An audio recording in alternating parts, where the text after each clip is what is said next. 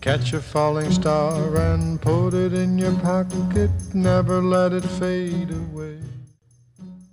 Okay, so I'm starting out with actually no makeup on yet, and I have pin curled my hair and cut my bangs, as you can see, so this will actually be a pretty authentic 50s look, I think. I'm starting out by applying a full coverage foundation, and I'm applying that all over using a flat-topped kabuki brush that will help with blending it perfectly.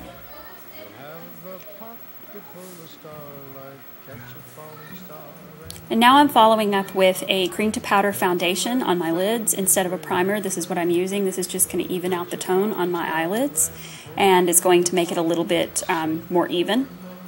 And now I'm using a salmon colored concealer to blot out any darkness under my eyes and at the inner eye corner. And then I'm going to set all of that with a loose powder. I'm just kind of carefully blotting it all over my face. Now what I'm doing is drawing in a 50s shaped brow. This is a brow that is kind of angular, pointed at the top, and then curved on the bottom. I'm mapping out the color with an eyebrow pencil first, and I'm kind of focusing on the arch. And then I'm using an angled brush and brown eyeshadow to further intensify the color and the shape. So this is going to be a pretty strong eyebrow, but it will suit the look. And then I'm going to take a clean mascara spoolie and just go over all of that and blend the color more evenly. Now I'm following with a white concealer applied with a brush under the eyebrow just to highlight the eyebrow and the arch and make it a little bit more defined. And I'm using my 78 color palette here, a nude matte shadow from lid to brow. This is going to set the white concealer at the brow bone but also neutralize the eyebrow or the eyelid even more. Now I'm going to take my ring finger and this very, very strong teal shade, and I'm going to pat that onto the lid, staying as close to the lash line as possible. This was actually the authentic technique used in the 1950s. Very few women used brushes at that time, and so the eyeshadow being applied with the finger was actually a lot more common. And colored eyeshadow was typically kept very close to the brow bone, to the eyelash, and then kind of blended upward.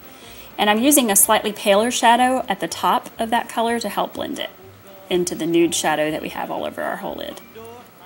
Now I'm taking an angled brush and a muted brown eyeshadow, and I'm lining my eyes just on the lower lash line, just barely lining my eyes. It's not anything major. And I also did apply some white pencil to my waterline to open up the eye. Now I'm using a black gel liner to create a very, very strong wing. And you can see here that I started in the middle and pulled the line straight out, and then I move all the way in. You want to make sure that you go all the way into the tear duct, broadening the line as you go out, and intensifying the color even more at the outer edge because that's going to lend itself to more of an almond-shaped cat eye. Also make sure you get any gaps at the lash line underneath, like in the tight line area. So that's now applied to both sides.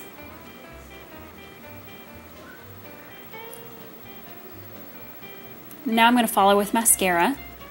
Make sure and apply plenty of mascara to the top lashes. Usually you don't need to apply much to the bottom or any at all. And just kind of focus on those outer lashes more than the inner ones. And now I'm going to apply a half lash, a false lash that's very, very strong and very long, just to the outer corner, which is going to further accentuate the almond-shaped doe eye. Now I'm applying a peach blush just to the cheeks to contour, not very much though, and then I'm lining my lips with a nude pencil, filling in with a coral colored lip stain, and then topping it off with a very muted pink shade and a gloss.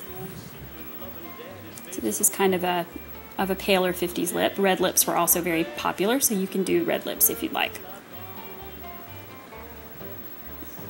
Moving on to the hair, I have, like I said, cut my bangs, but I didn't make them too short, so I'm going to curl them pretty tightly with this curling iron to kind of mimic that fluffy 1950s bang that was really popular at the time. And I'm unwinding my pin curls that I had set the night before. I prepped my hair with Motion's Foaming Wrap Lotion before I pin curled, and I pin curled my hair wet. Okay, now I'm going to take a brush. This is not my styling brush of choice. I can't find my Denman brush right now, but this is just a kind of one of those round brushes. So I'm just using that to brush out the pin curl set. It actually worked pretty well. I might use it more often. Brushing out the pin curl set, fluffing up the bangs, and just kind of arranging it with my fingers. Pin curl sets do all the work for you. You really don't have to do much at all. So I'm just brushing it out, arranging it with my fingers, and then I'll just spray it with some good flexible hold hairspray, and that's pretty much it. It's a super easy style, which is why the ladies always set their hair the night before, or tried anyway, or went to the salon. So you see, it turned out well. Have a good day. And just in case you feel you want to hold her, you'll have a pocket full of starlight. Pocket full of starlight. Catch a falling star and put it in your pocket. Never